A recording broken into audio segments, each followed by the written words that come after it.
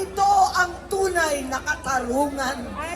Umalingaw-ngaw ang inyong pastoral letter sa bawat sulok ng ating kapulungan. Alam natin na ito ang kinakailangan, transparency at hustisya. Sa ating mga kapatid na Muslim, punta na kayo rito. Hindi lang DDS ang welcome dito. Lahat ng mga kapatid na Muslim, na mga bigo sa pangako ng halalan, bigo pa rin sa tunay na kalayaan para sa BARM at sa buong Muslim Mindanao. Halina't magkaisa, we are one!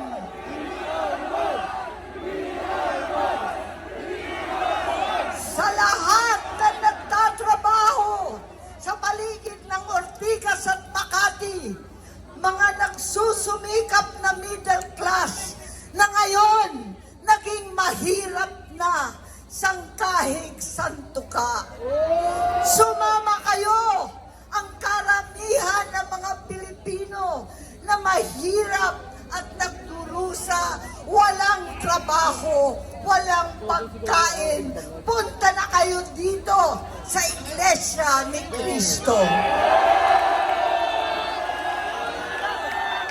Sa lahat ng mga politiko, anuman ang kulay ninyo, wala na pong kulay pagkat lahat tayo ay tumatayo ng banderang Pilipino.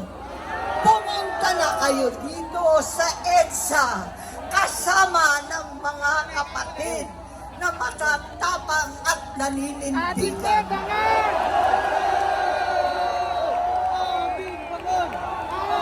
Pati na rin ang mga dating loyalista, Ilocano, Bisaya, taga Maynila at Katagalugan, mga bigo at laslas ang puso katulad ko. Hindi itong katiwalian, itong kabuktutan ang ating inasahan. At tulad ng sigaw ng tatay ko, ng tunay ang iisang Pangulong Marcos, no?